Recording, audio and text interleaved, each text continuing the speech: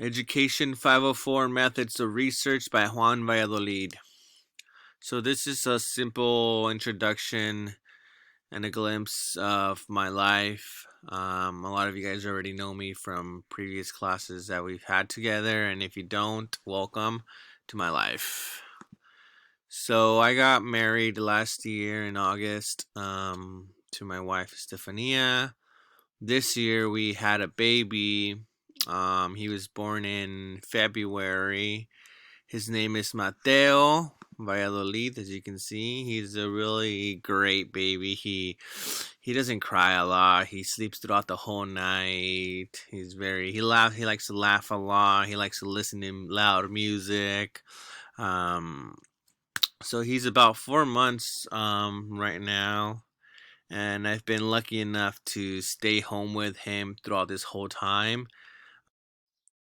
I'm currently working from home, so I get to enjoy this bundle of joy the whole day. So I'm gonna miss him when I go back to work. Hopefully not anytime soon. Um, so I did my undergrad at the University of California, Riverside, where I also played soccer Division One for 4 years. After that, I got a job at the Boys and Girls Club in Oxnard at a school site, and that's what made me want to become a teacher. So I was an after-school program assistant, and I was basically like a tutor, and that really opened my joy for education and sparked this interest and goal of mine to become a teacher, an elementary school teacher. I then got a job as a substance abuse counselor for a treatment center, which I've been working there for the past 4.5 years, which I really enjoy. But my heart is in education and teaching students.